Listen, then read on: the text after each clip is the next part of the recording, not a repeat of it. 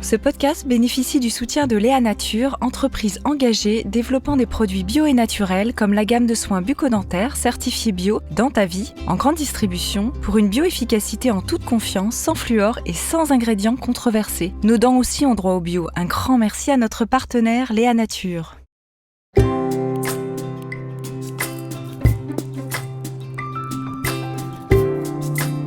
Bienvenue dans la saison 4 de Métamorphose. Chaque semaine, je vous invite à la découverte de sujets lumineux avec des personnalités qui portent une voix d'éveil des consciences. Métamorphose, le podcast qui éveille la conscience. Par Anne Guéquière, tous les lundis et jeudis, dès 7h. Échouer sans cesse devant les mêmes épreuves, souffrir d'addiction, multiplier les ruptures amoureuses, répéter encore et encore le même comportement qui parfois nous dessert. Si la répétition est positive quand elle nous permet d'apprendre, de nous épanouir et de nous affirmer toujours davantage, elle peut aussi être le moteur de l'échec quand elle nous fait rejouer à notre insu les traumas de l'enfance. Mon invité du jour étudie l'inconscient depuis plusieurs décennies, professeur à l'université de Paris 7 pendant 30 ans, psychiatre, psychanalyste proche de Lacan. Il est aussi l'auteur de très nombreux ouvrages. Alors pourquoi répétons-nous toujours les mêmes erreurs ? C'est aussi le titre de son dernier ouvrage qui est reparu en poche récemment. Avec lui aujourd'hui, nous allons voir en quoi nous pouvons dire « je répète, donc je suis » et essayer de comprendre d'où viennent ces symptômes de répétition et surtout peut-être comment s'en départir. Bonjour, docteur Nazio, je suis ravie de vous recevoir dans Métamorphose. Bonjour. Et moi, très content d'être ici avec vous à Métamorphose. J'ai beaucoup aimé qui éveille la conscience. Ça, c'est une formule que me parle beaucoup parce que je passe mon travail. Mon travail, c'est d'éveiller la conscience de mes patients. Et je le fais tout le temps. Donc, quand j'ai vu que Métamorphose s'appelle Métamorphose qui éveille la conscience, c'est formidable. L'éveil et la conscience sont deux termes qui sont très féconds, très inspirateurs, très porteurs d'espoir, très porteurs aussi de profondeur. Éveiller la conscience. Merci pour cette belle introduction en réponse, effectivement. C'est la première fois qu'un invité en presque 400 interviews, on sent le grand psychiatre, psychanalyste en vous, qui déjà me fait un premier décodage de métamorphose. Et vraiment, je m'en réjouis. Je m'en réjouis parce que c'est aussi important de revenir à ce sens premier de cette émission. Et qui s'intéresse vraiment aux profondeurs de l'être, avec bienveillance, comme pourrait le faire finalement, je crois, un thérapeute dans son cabinet. En tout cas, c'est ce que je m'efforce de faire. Alors, on va parler de ce livre que vous avez déjà écrit il y a de nombreuses années, qui est reparu en poche récemment, parce que je crois que c'est une question clé qui intéresse beaucoup de gens. Qu'est-ce que la répétition ? On va commencer par là, et d'où vient-elle ? La répétition, nous savons tous la définir, puisque c'est comme si je demandais qu'est-ce que c'est que le soleil apparaît dans l'Est et il se couche dans l'Ouest. Je veux dire, la répétition, c'est toute notre histoire. C'est l'histoire de l'humanité. Nous vivons en permanence en pensant à hier, au passé. Et bien sûr, en pensant à demain, le futur. Donc, qu'est-ce que c'est que la répétition ? La répétition, c'est ce qu'un événement a eu lieu et il va se reproduire plus tard. Parfois, c'est un événement, parfois, ce sont des sentiments, parfois, ce sont des expériences douloureuses qui se répètent, parfois, ce sont des expériences heureuses qui se répètent. Et donc, c'est ça qui m'a... Et d'ailleurs, je suis allé chez les philosophes très anciens, comme par exemple Pindare. Oui. Les gens ne connaissent pas Pindare. Pindare, c'est une merveille des philosophes. Pindare, c'est un philosophe qui vivait à Thèbes. Thèbes est une ville qui existait en Grèce dans l'année 500 avant Jésus-Christ, vous imaginez. Et Pindare qui était le poète des Jeux Olympiques. Donc, il faudrait parler des Pindare en Paris 2024, par exemple. Oui, très bien. On va le suggérer. Oui, Pindare, c'est une merveille. C'est une merveille, Pindare. Et Pindare disait ça, que tout ce qui existe est une répétition de ce qui a été. Et en lisant Pindare, en écoutant mes patients, en m'écoutant moi-même, je constate une évidence énorme, immense, c'est que tout ce qui est a été déjà. Madame Guéquière, comment c'est? Oui, Guéquière, c'est ça. Guéquière. Madame Exactement. Guéquière, ce que nous sommes en train de faire, vous et moi, en cet instant, nous l'avons déjà fait. C'est une répétition. Et c'est pas simplement une répétition parce que, dans le sens que on peut dire oui, docteur Nasio, c'est une répétition parce que vous avez déjà eu des autres interviews. Non. C'est une répétition parce que, étant enfant, moi-même, je répondais à un professeur qui me posait une question.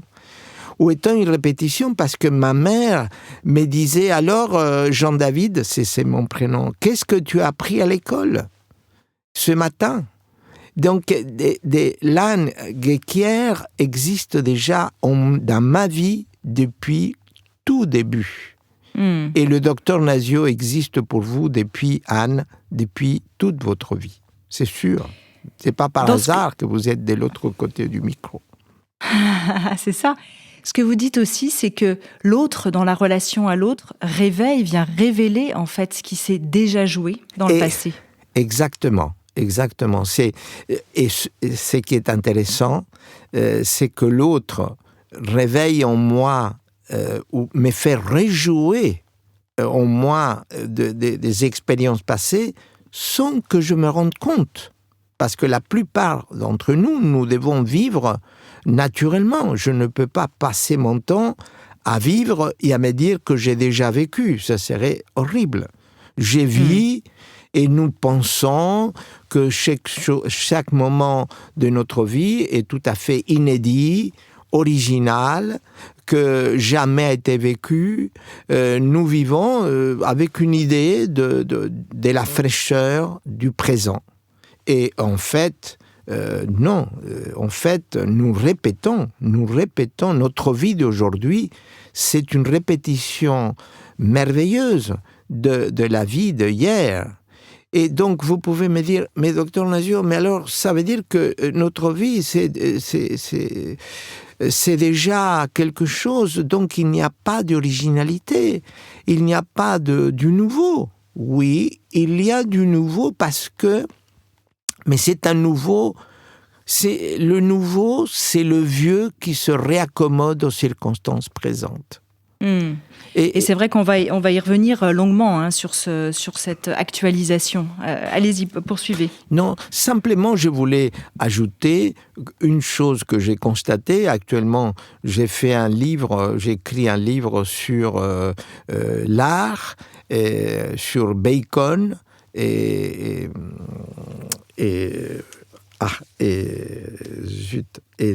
l'autre peintre, Velázquez, voilà, c'est ça. Ah oui. Donc, j'ai écrit un livre sur la relation entre un peintre très moderne, Francis Bacon, et un peintre très ancien, 1650, Velázquez. Et en étudiant la relation entre ces deux peintres, j'arrivais à la conclusion que l'art, la création, c'est aussi une répétition. La création, qu'est-ce que c'est que créer? On croit que créer, c'est innover complètement, faire surgir quelque chose qui n'existait pas avant. C'est pas vrai. Créer, c'est toujours faire surgir quelque chose qui était déjà avant, mais qui on la réaccommode, on la combine d'une manière entièrement nouvelle.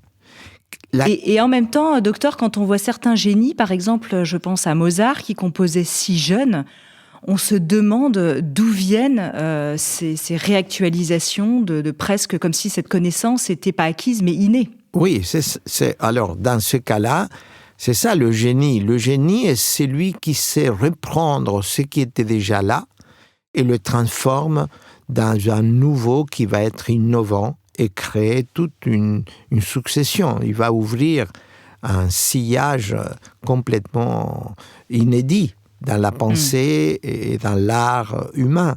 Mais même le Mozart, son génie a été de reprendre des choses. Personne n'invente rien de nouveau purement, je veux dire du point de vue strict. Il n'y a jamais rien de nouveau en art et dans notre vie non plus. C'est toujours du vieux qui se réaccommode, qui s'invente d'une autre manière. D'ailleurs, on voit, je remarquais une fois que sur les réseaux sociaux, par exemple, les gens, et moi-même je fais pareil, on poste toujours plus ou moins la même chose, un peu dans la même veine, et que finalement, on tourne un peu en boucle sans vraiment être très disruptif et innover dans le fond. Même quand on voit de grands écrivains, alors évidemment il y a toujours des contre-exemples, mais globalement on a le sentiment que c'est toujours un peu dans la même veine, avec les mêmes idées qui se recyclent, etc. Absolument, absolument. Ça c'est de la même manière que les peintres, c'est-à-dire ou même les auteurs. Moi-même, dans mes livres, j'ai écrit 34 livres en Guéquière et je dis toujours la même chose. Toujours la même chose. Je vous jure. Et, avec ce livre sur la répétition, ou bien le livre que j'ai sorti maintenant sur la dépression, que peut-être ça pourrait être l'occasion d'un nouveau podcast, eh bien, c'est impressionnant, c'est toujours la même chose. Sauf que ça change de forme. Chaque fois s'adapte aux circonstances. Mais un peintre, si vous observez bien, vous regardez n'importe, mettons Chagall, eh ben ça, il peint toujours la même chose. Et c'est le même style. C'est lui, c'est son être. C'est son être qui est là. Alors, ce qui est passionnant, Anne Guéquière, c'est de dire et qu'est-ce que c'est cette chose qui se répète tout le temps et qui veut et qui veut se manifester. Alors ça on va en parler et qui veut se dire. Avant ça, j'aimerais qu'on parle un peu des différentes formes de répétition, parce qu'il y a des répétitions qui sont plutôt saines, pathologiques, et d'autres qui sont la reviviscence thérapeutique, qu'on fait rejouer. Oui. Pour espérer la guérir. Tout à fait, tout à fait.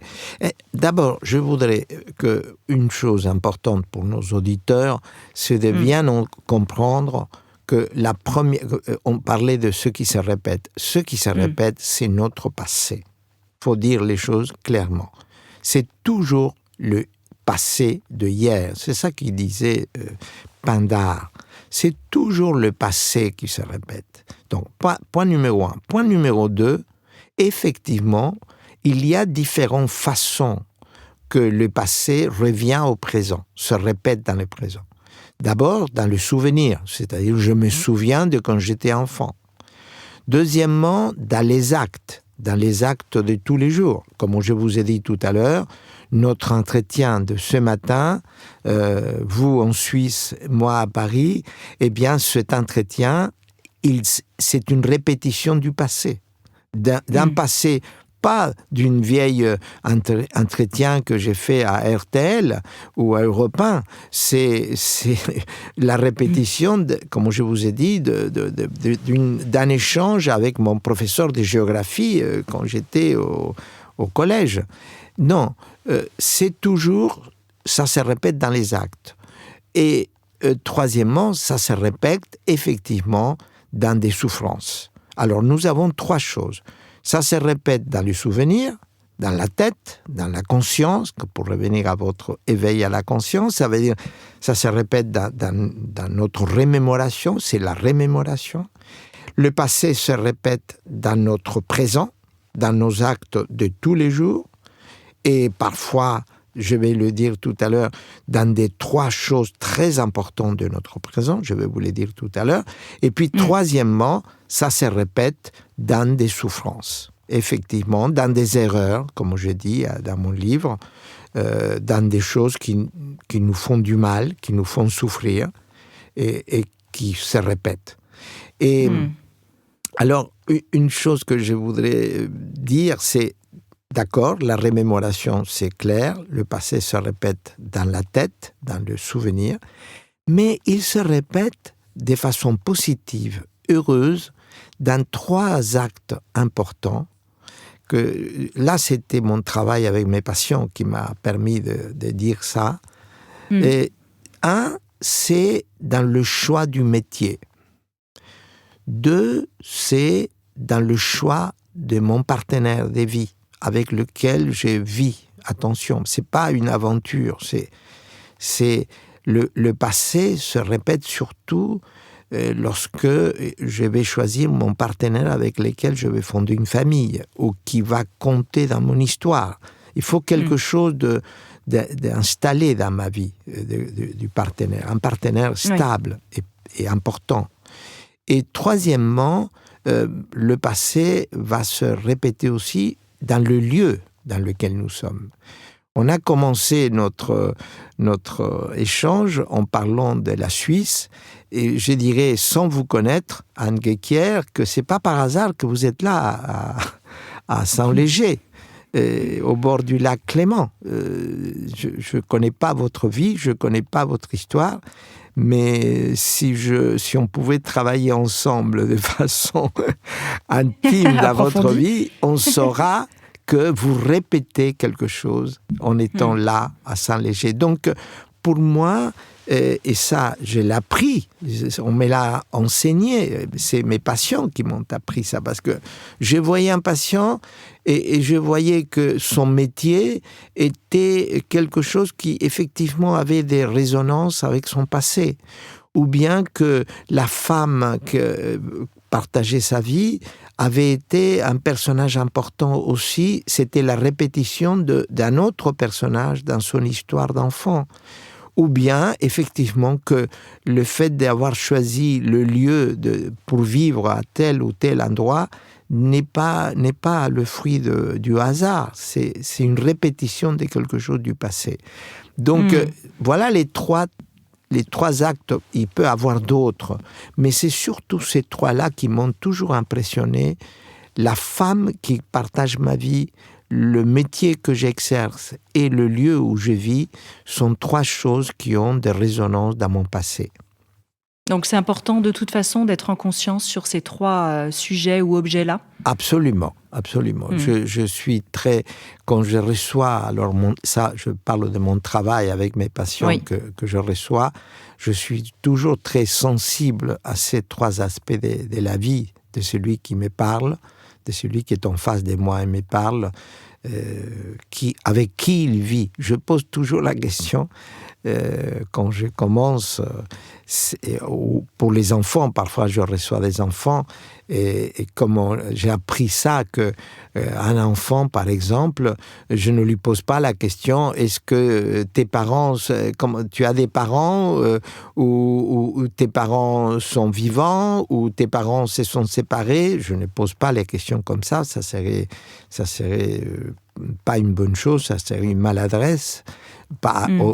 Moi aussi, je fais comme vous, je pose des questions, cette fois à mes patients, et par exemple, à l'enfant, je lui dis, et dis-moi, qui habite dans ta maison?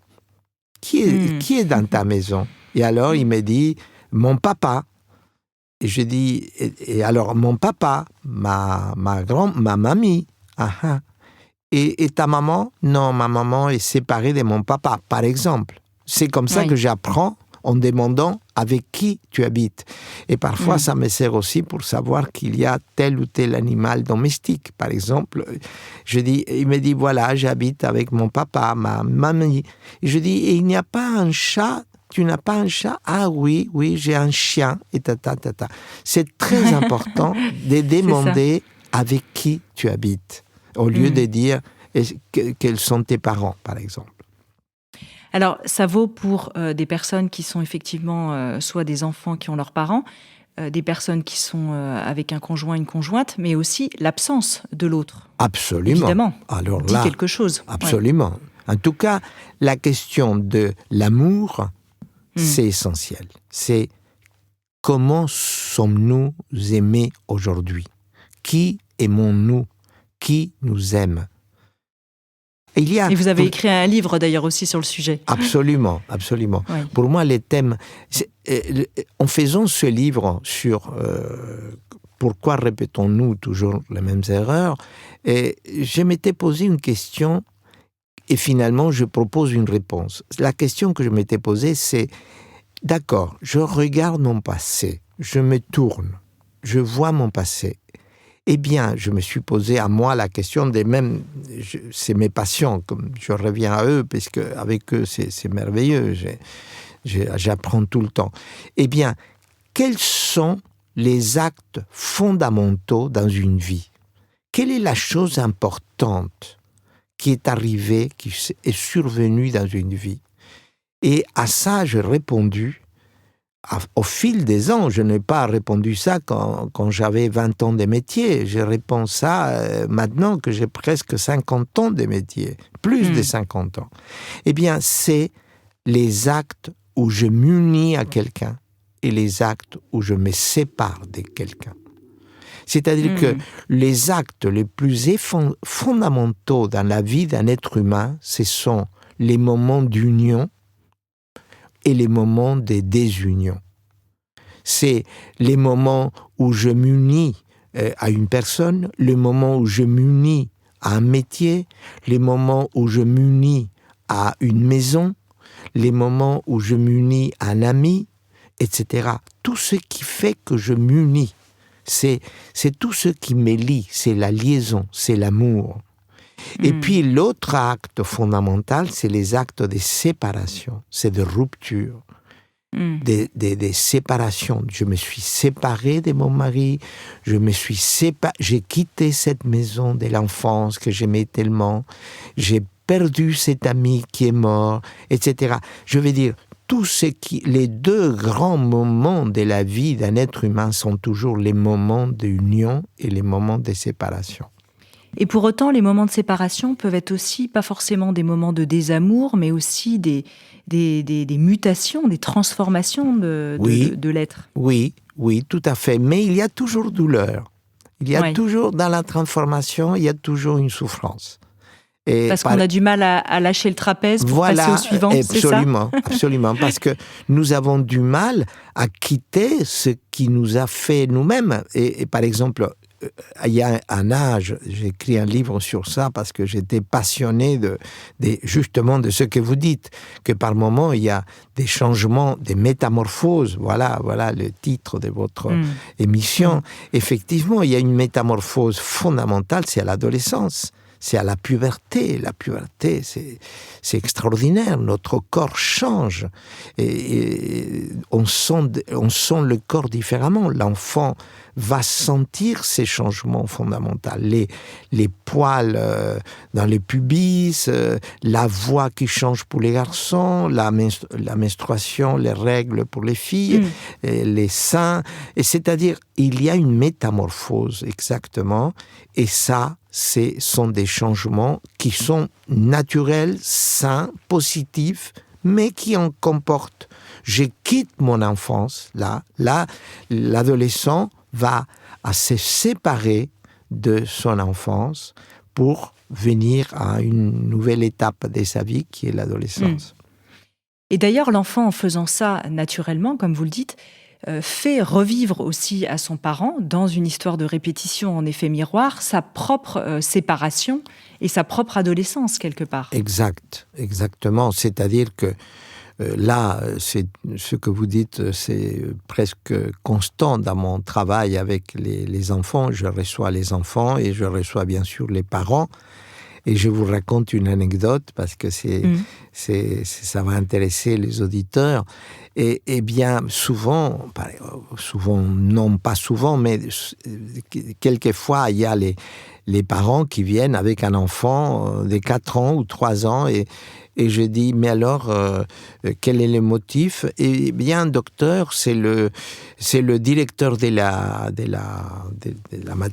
maternelle où notre petit garçon, appelons-le Albert, Et il vient, il mord à tout le monde, et il est très agressif, et le directeur nous a dit, allez voir un psy, parce qu'autrement, je ne pourrai plus le recevoir dans la maternelle. Bon. Et donc, c'est une motivation très fréquente de consultation chez les enfants. À cet âge-là, c'est quelquefois l'agressivité et l'angoisse. Voilà les deux thèmes majeurs pour lesquels on me consulte souvent, c'est des enfants agressifs ou des enfants angoissés. Et là, pour le cas d'Albert, des enfants angoissés. Et quand j'ai fait l'entretien avec l'enfant, après je fais entrer, d'abord je reçois toujours l'enfant tout seul, et après je fais entrer les parents. Et donc, je vais à la salle d'attente, je les fais entrer, et ils s'assoient, et nous sommes tous les quatre, l'enfant, les deux parents et moi. Et donc, je m'adresse aux parents pour qu'ils m'expliquent plus clairement ce qui se passe. Et à la fin de l'entretien, parce que je le sais déjà, parce qu'il y a la répétition. Et alors, et je lui dis, mais je vois que le problème d'Albert, c'est qu'il a des moments de rage, des moments d'agressivité. Est-ce que l'un de vous, quand vous étiez enfant, a été avec des problèmes d'agressivité? Et là, je vois la mère qui dit « Oh, mais aucun, docteur, aucun ». Il y a un silence et le mari me regarde et me dit « Non, moi, oui ». Et la femme dit « Mais toi, oui, pourquoi tu dis ça ?» Mais parce que j'avais ce type de problèmes quand j'étais enfant. Et donc, vous me parliez de l'influence qu'il y a à l'adolescence sur les parents qui renvoie à l'adolescence de ses propres parents. Eh bien, là, voilà que un enfant, un symptôme d'un enfant, qui est par exemple l'agressivité, renvoie aux parents, à l'agressivité que ses parents ont pu manifester étant enfant, par exemple. Et cette répétition est fréquente. Très fréquente. Il y a l'agressivité qui se répète des parents chez l'enfant. Il y a l'énurésie, c'est-à-dire faire pipi au lit. Souvent, les parents avaient pipi au lit et l'enfant a pipi au lit. L'angoisse, alors l'angoisse, c'est aussi un autre motif de répétition, c'est-à-dire l'enfant angoissé, que je découvre qu'il y avait la mère qui est très angoissée. Ça se répète, c'est très, très important, ce type d'exemple, où la répétition n'est pas la répétition chez un même être, mais c'est une répétition entre deux générations. On peut regarder du côté des grands-parents, effectivement. Aussi. Si la répétition n'est pas aussi claire chez les parents, par exemple. Aussi, souvent. Souvent, quand je parle de l'agressivité, je reviens à cet exemple de l'agressivité, la mère et le père peuvent me dire, écoutez, non, moi non, mais mon papa, la mère dit ça, mon père, il est particulièrement agressif, il a eu même des problèmes, etc., etc. Oui, absolument, ça peut aller jusqu'à la troisième génération, c'est-à-dire à la génération des grands-parents. Oui. Alors, est-ce qu'on peut assigner à la répétition un but à atteindre, dans cette idée de « je répète, donc je suis » quel serait le but de cette répétition ? C'est vraiment de finir par absorber la charge émotionnelle pour faire passer quelque chose et que ça ne se répète plus. Est-ce qu'il y a quelque chose de cet ordre-là ? Oui, on peut expliquer ça comme ce processus de réaccommodation, je dirais, la répétition permet de rééquilibrer notre système d'énergie, effectivement. Mais une correction, si vous me permettez, Anne Guéquière, il n'y a pas un but de la répétition, comme je disais dans le livre. Je veux dire, la répétition est un phénomène qui nous dépasse. Nous sommes poussés par la répétition, portés par la répétition, entraînés par la répétition. Et à tel point que j'utilise une expression, le principe de répétition. Freud avait, je vais mentionner Freud avait utilisé l'expression principe des plaisirs pour dire que c'est un peu comme Épicure, c'est-à-dire que l'être humain est animé par le plaisir. Bon, il cherche le plaisir et en même temps il fuit le déplaisir. Voilà ce que disait Épicure et Freud derrière.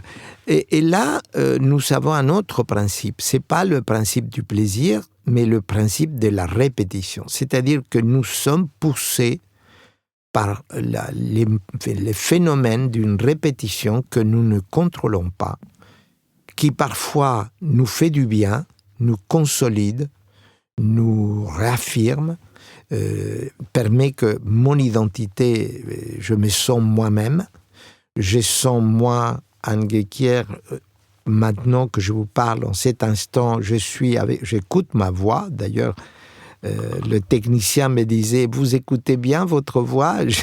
J'écoute bien ma voix.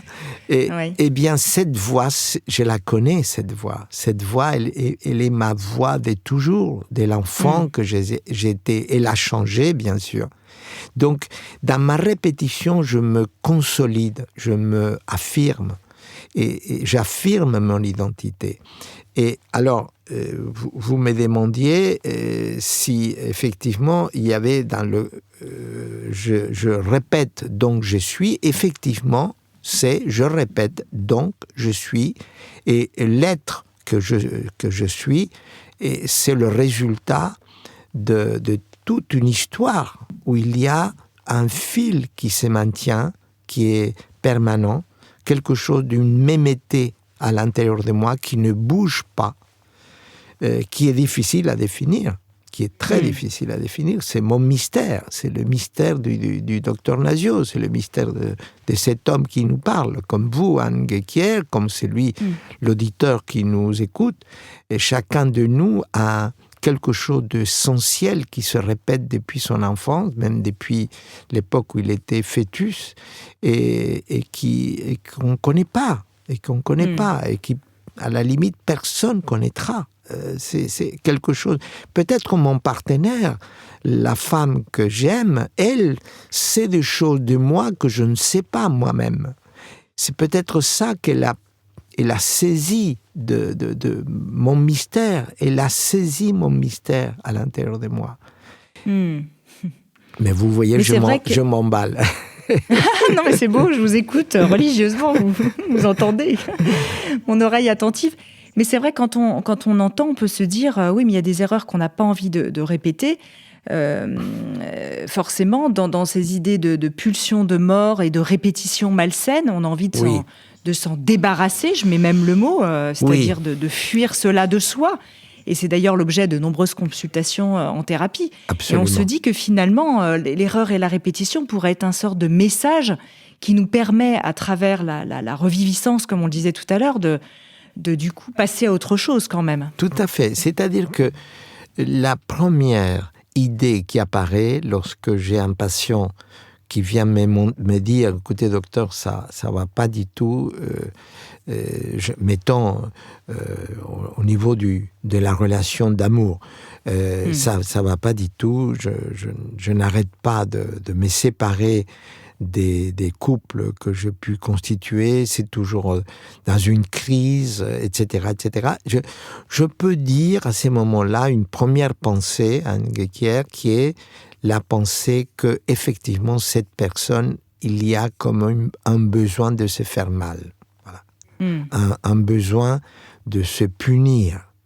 Et effectivement, ça c'est une des grandes découvertes de la psychanalyse, qu'il y a des êtres humains, et peut-être nous tous, à différents degrés, parfois nous avons besoin d'être punis pour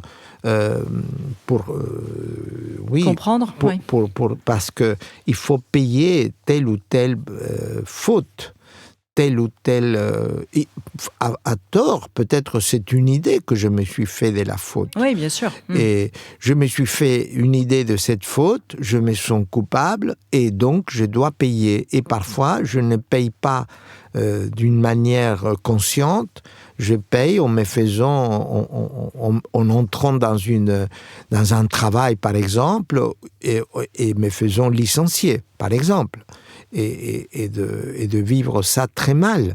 Mais sans le savoir, je suis en train d'être puni par une idée que je me suis fait et un sentiment de culpabilité qui est en moi et dont je ne suis pas tout à fait clairement conscient. Souvent, dans le travail que j'ai fait avec mes patients, on découvre qu'il y avait des fautes qui étaient expiées en se faisant punir. Et j'ajoute, si vous me permettez, une autre chose curieuse, c'est que parfois la faute, c'est la faute d'un aïeul, par exemple la faute de mon père, mettons, et je vais moi me faire punir par la faute ou pour la faute de mon papa, mettons. C'est mon papa qui fait la faute et c'est moi, fils, qui paye la faute et qui me fait punir pour ça. Ça, je l'ai constaté dans certains cas, c'est pas fréquent, mais je l'ai constaté dans certains cas des patients. C'est curieux et je voulais le raconter, oui.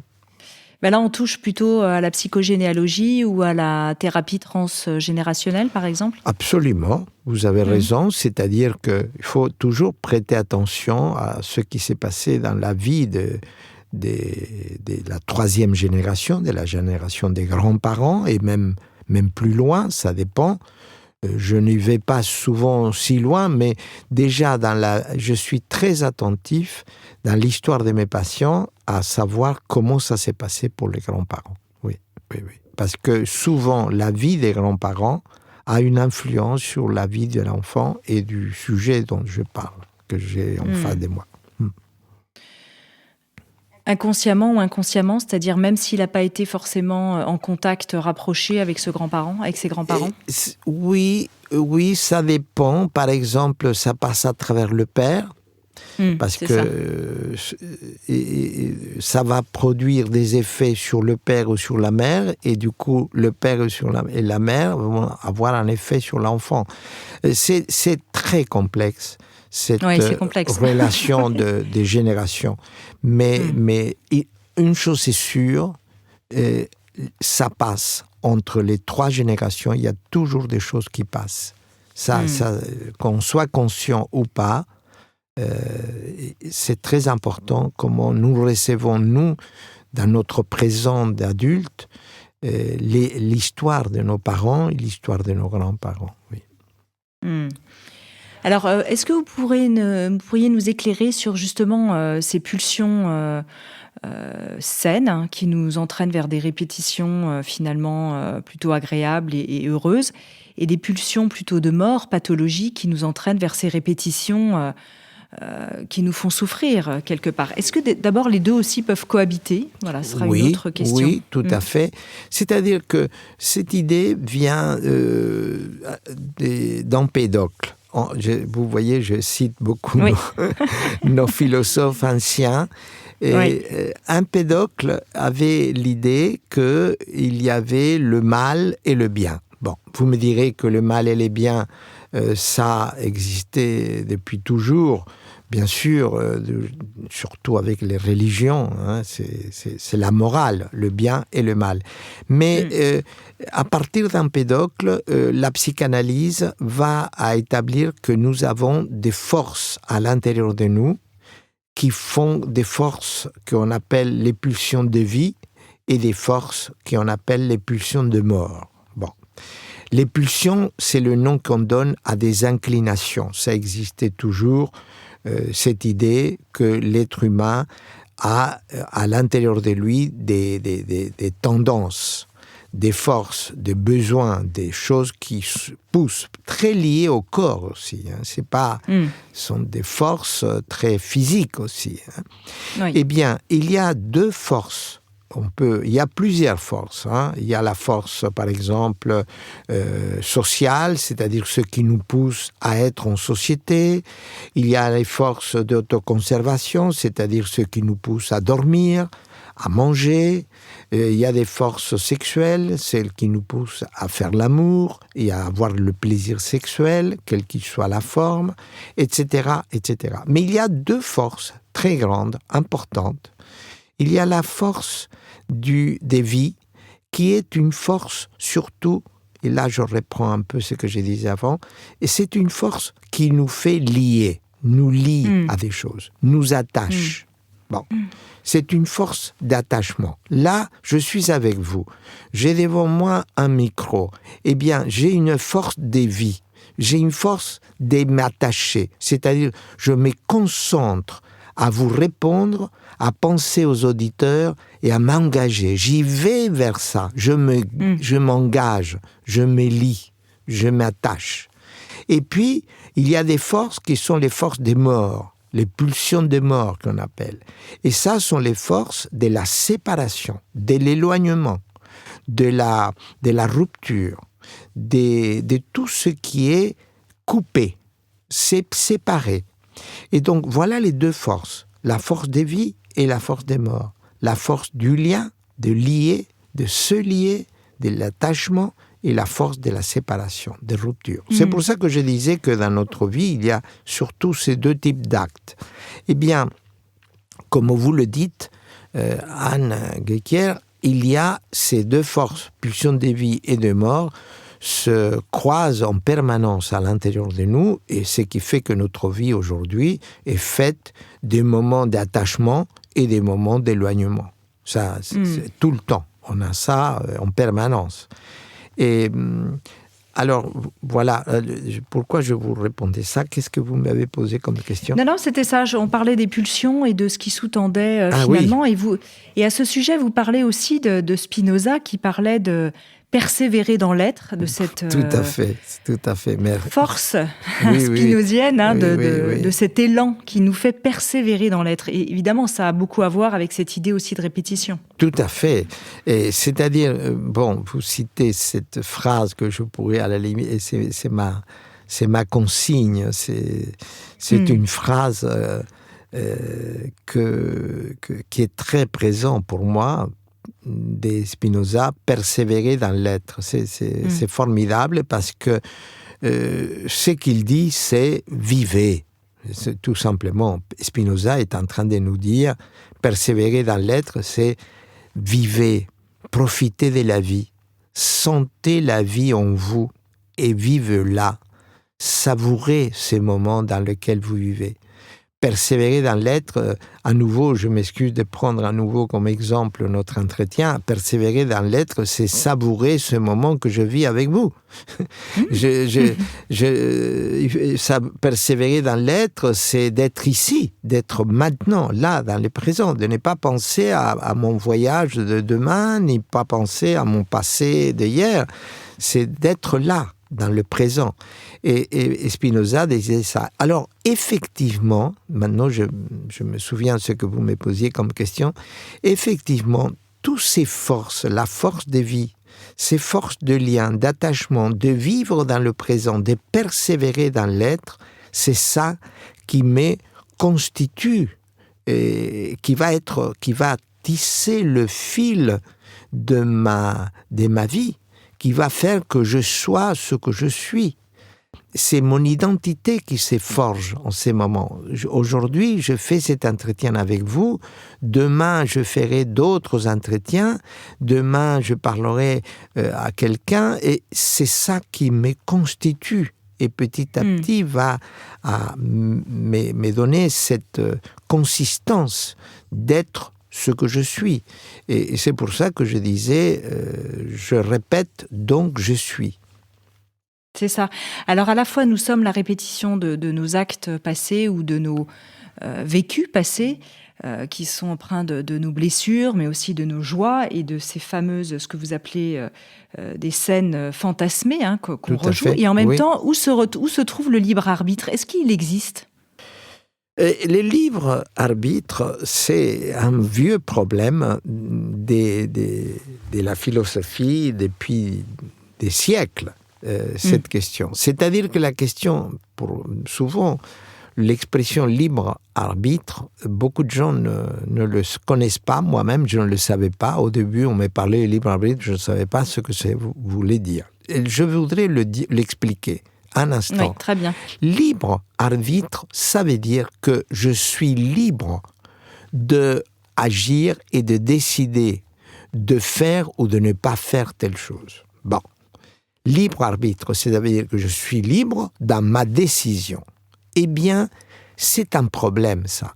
C'est un problème parce que je ne suis pas si libre de ça. Je ne suis pas si libre de faire ou ne pas faire. J'ai une marge des manœuvres pour faire et pour décider. Je peux décider d'interrompre notre entretien, par exemple. Je peux décider de faire telle ou telle chose demain. Mais l'essentiel dans ma vie, je ne l'ai pas décidé. Je ne sais pas, je suis d'origine argentine, si vous me permettez, c'est pour ça que nos auditeurs doivent entendre mon accent. Et mon accent, c'est d'origine argentine. Je ne sais pas pourquoi je suis là. Je ne sais pas pourquoi je suis en France. Je ne sais pas pourquoi j'ai cette femme qui m'attend chez moi et avec laquelle je vais déjeuner. Je ne sais pas. Je ne sais pas pourquoi j'ai 4 enfants. Je ne sais pas pourquoi je suis psychiatre et psychanalyste. Bien sûr, à chaque question, il y a 1000 réponses, mais au fond, je suis porté par des forces qui ne dépendent pas de moi. Alors, il y a des gens, vous imaginez bien, c'est facile, beaucoup de gens pensent que c'est Dieu. Ça, c'est la religion qui apparaît là tout de suite. Je ne crois pas en Dieu. Mais je crois qu'il y a des forces qui m'ont conduit à être là où je suis en cet instant et qui vous ont conduit à vous, Anne Guéquier, à être là où vous êtes. Mais le libre arbitre, c'est que vous avez pensé à faire un programme qui s'appelle Métamorphose, l'éveil de la conscience. D'accord, mais ça, c'est votre arbitre, c'est votre décision. Vous avez été inspiré d'ailleurs, parce que c'est sûr que le mot métamorphose n'est pas venu comme ça par hasard. Beaucoup de choses ont conduit à cette idée d'inventer ces programmes. Mais ça, vous voyez, il y a une part de libre arbitre, très courte, très limitée. C'est pas énorme. L'essentiel de ce que nous sommes n'est pas libre arbitre. Ça veut dire l'essentiel de ce que nous sommes, et l'essentiel c'est le métier, le lieu où nous vivons, la personne avec laquelle nous partageons, ce que nous unit, ce qui nous sépare, ça, ce n'est pas le libre arbitre. C'est décider à l'avance. Décider ou décider par des forces que nous ne contrôlons pas et qui nous gouvernent. C'est ça. D'ailleurs, vous dites, j'aime beaucoup dans votre livre, l'histoire de notre vie affective est une stratification de fantasmes significatifs. Et ensuite, vous dites, derrière un symptôme qui se répète, il y a un fantasme qui s'exprime, qui s'extériorise. Et derrière le fantasme, il y a le réel. Et en fait, le réel, c'est l'énigme à la fois du commencement, mais de la fin. C'est ça qu'on retrouve aussi dans cette histoire de libre arbitre. Exactement. C'est-à-dire, c'est ce réel-là qui nous... on dirait comme ceci, je crois qu'il y a une phrase de Sartre, je ne me souviens pas exactement, mais l'idée est la même, c'est-à-dire je suis l'enfant des forces qui me gouvernent. Bien, ok, je suis le produit de ces forces. Eh bien, le libre arbitre, c'est ce que je fais de moi avec mes décisions. C'est-à-dire, il y a d'abord le produit des forces qui nous gouvernent, et après, il y a la part très étroite où j'essaye de m'occuper de moi-même, et il y a des décisions à prendre, mais qui sont plutôt dans la surface. C'est pas l'essentiel. C'est ça. Alors, je suis sûre que nos auditrices et nos auditeurs ont envie aussi de comprendre comment sortir de ces schémas de répétition. Comment la psychanalyse se propose-t-elle de traiter la répétition pathologique ? Et vous dites, ce qui n'a pas trouvé de signification dans notre tête revient toujours dans nos actes. C'est ce qu'on a dit, inversement. Ce qui trouve sa signification cesse de revenir. Alors, comment le psychanalyste, finalement, travaille avec ces notions-là ? Oui. Et alors, d'abord, c'est pour la répétition pathologique, numéro 1. Oui. Ça veut dire, la répétition pathologique, c'est toujours la répétition d'un événement qui a été très douloureux dans notre enfance et qui prend différentes formes pour revenir au présent. Ça veut dire différentes formes, parfois c'est des symptômes, des souffrances. Et quand j'écoute mes patients, il y a une souffrance aujourd'hui, je peux dire sans trop d'erreur qu'il y a eu un problème lorsqu'il était enfant ou adolescent ou même à la naissance. Par exemple, hier, j'ai voyé une femme qui a des problèmes aujourd'hui d'angoisse en permanence, des TOC, c'est-à-dire des troubles obsessionnels compulsifs. Et quand on parle avec elle, je parlais avec elle pour essayer de trouver qu'est-ce qui s'est passé quand elle était enfant ou quand il était adolescente. En général, les choses importantes se passent entre 0 et 16 ans. Pour moi, dans mon expérience, c'est ça. C'est entre 0 et 16 ans. Et parfois, avant la naissance. Et justement, le cas de cette patiente, on va l'appeler Dora, eh bien, le cas de Dora, c'est que effectivement, elle est née prématurée. Elle est née prématurée, elle a été en couveuse pendant 1 mois et demi, avec une mère qui ne venait même pas à la couveuse parce que la mère était très malade après l'accouchement, un accouchement prématuré. Donc, ça, déjà, Anne Guéquière, 1 mois et demi pour ces bébés qui est né prématuré, je peux vous assurer que ça, déjà, c'est un traumatisme qui va se répéter comme une répétition pathologique lorsque cet enfant sera adulte. Et que les souffrances d'aujourd'hui sont la répétition de ça. Alors vous me demandiez, eh bien, docteur Nasio, s'il vous plaît, et comment on fait pour éviter que ça ne continue pas la répétition de ce qui nous fait du mal? Eh bien, c'est pas toujours facile, premièrement, sachons-le, c'est pas toujours facile, mais la méthode que j'utilise, et je réussis souvent, mais quand même, je veux que les auditeurs sachent que ça ne se fait pas comme ça simplement. Ce n'est pas pour autant que ça prend beaucoup de temps non plus, parce qu'il y a des gens qui pensent que la psychanalyse, c'est des années, pas du tout. Oui, c'est l'image qu'on a dans l'inconscient collectif. Je sais, c'est dommage, parce que c'est pas comme ça que je travaille. Mais, eh bien, c'est par exemple, avec cette patiente, il va falloir que je revienne avec elle. Je lui demanderai des photos de quand elle était bébé, avec sa maman.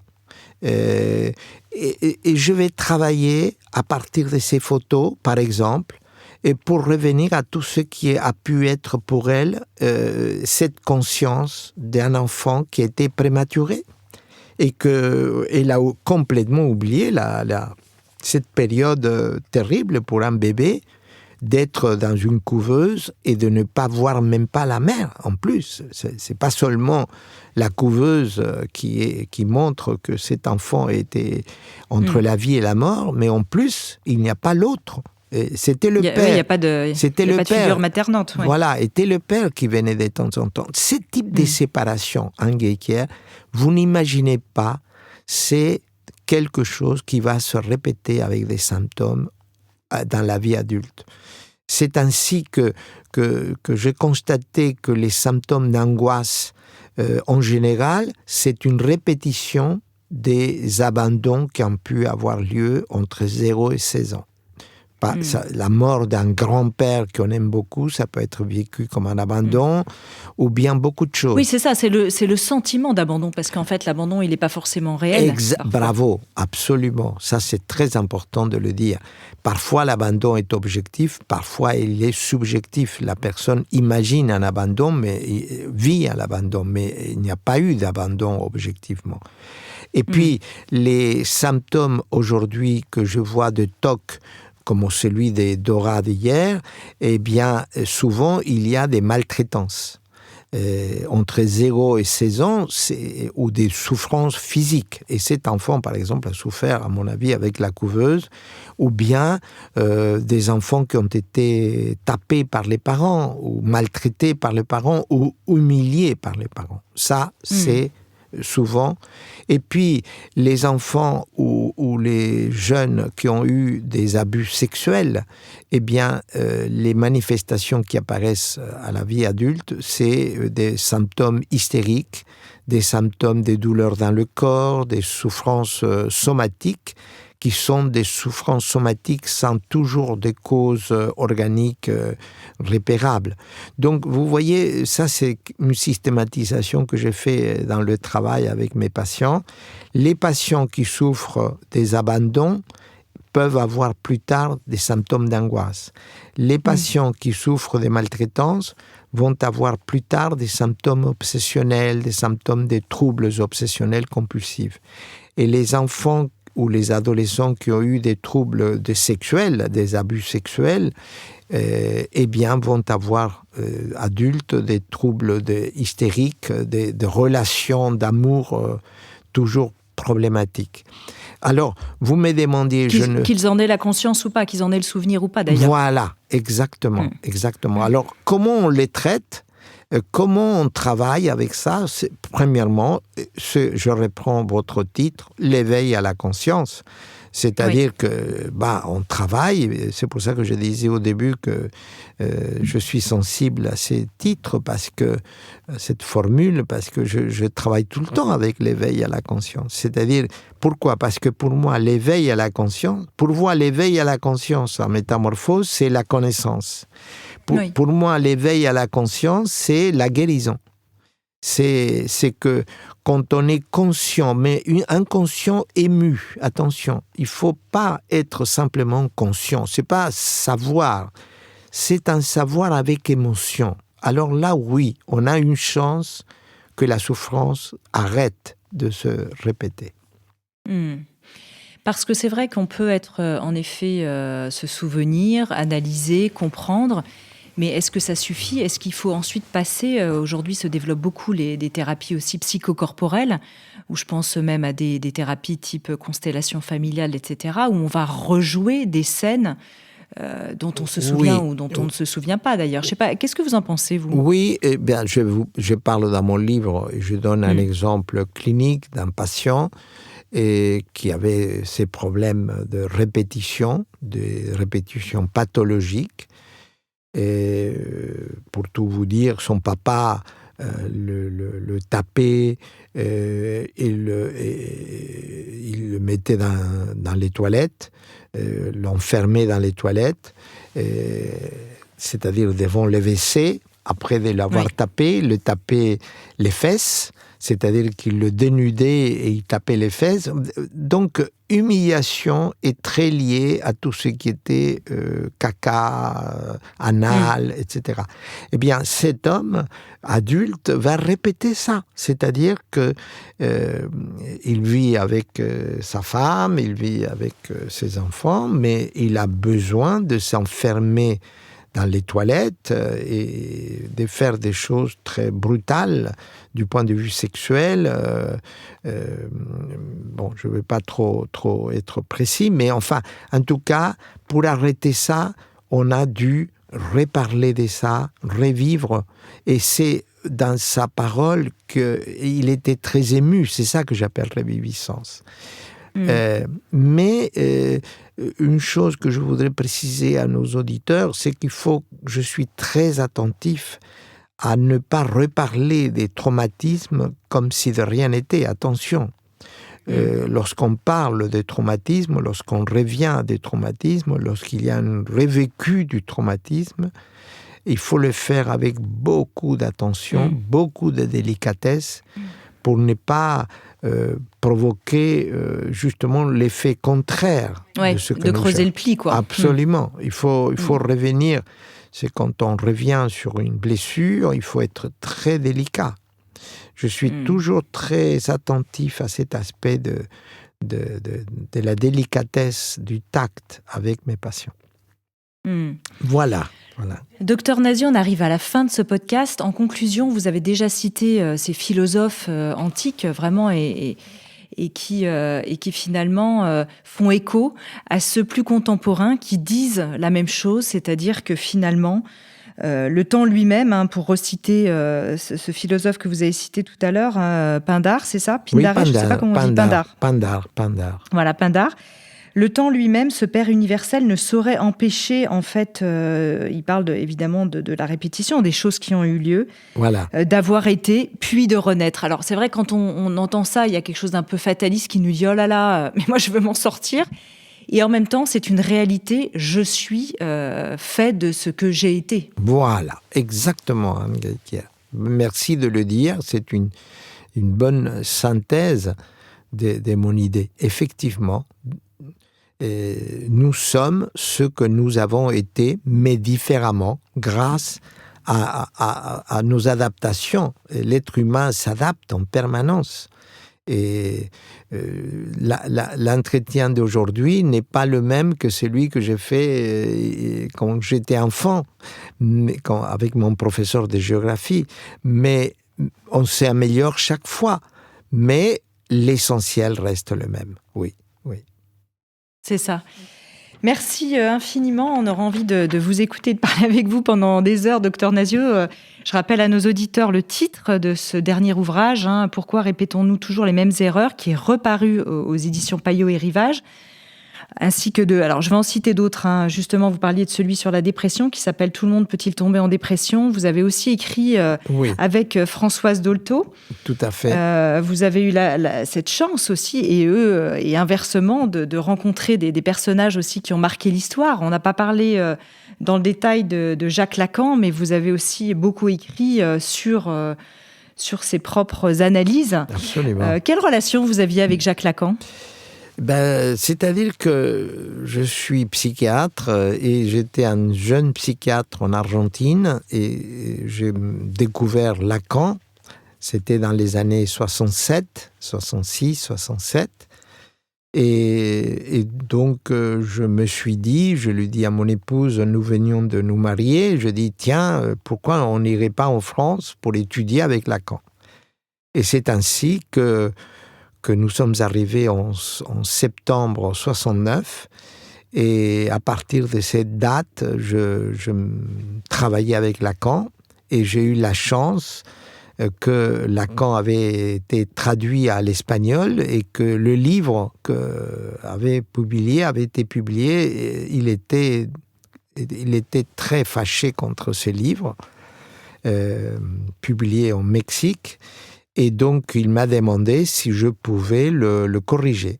Et je lui ai dit oui, monsieur, docteur, à condition que, si vous me permettez, je puisse travailler avec vous. Et c'est ainsi que j'ai eu cette chance exceptionnelle de dîner ensemble, en tête-à-tête avec Lacan plusieurs fois, avec nos papiers sur la table. On allait au Décaméron, rue du Bac, et un restaurant qui existait dans les années 70, 71.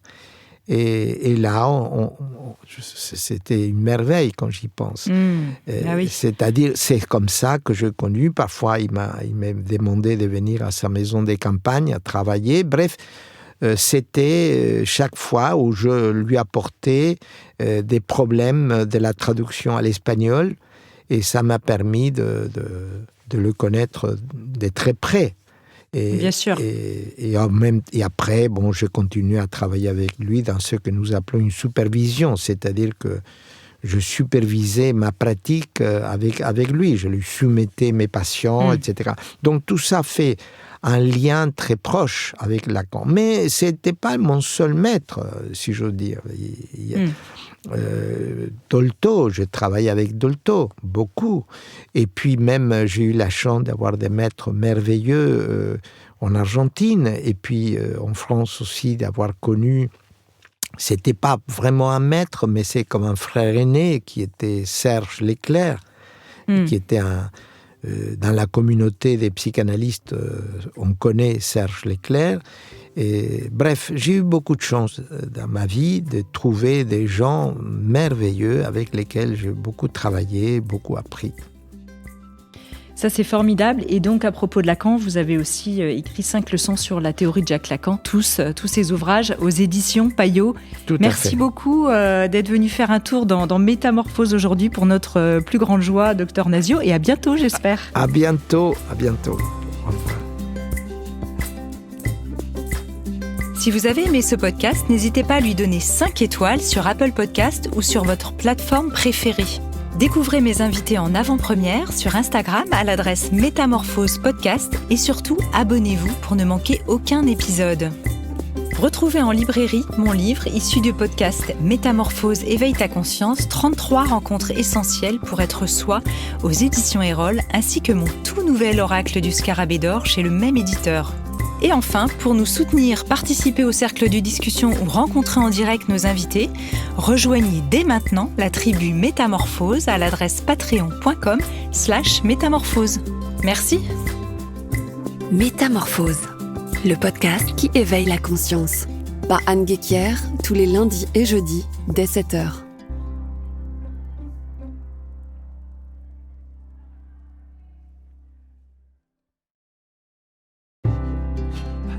Je remercie chaleureusement notre partenaire Léa Nature, premier fabricant français indépendant de produits bio et naturels en alimentaire, cosmétiques, hygiène, diététique et santé.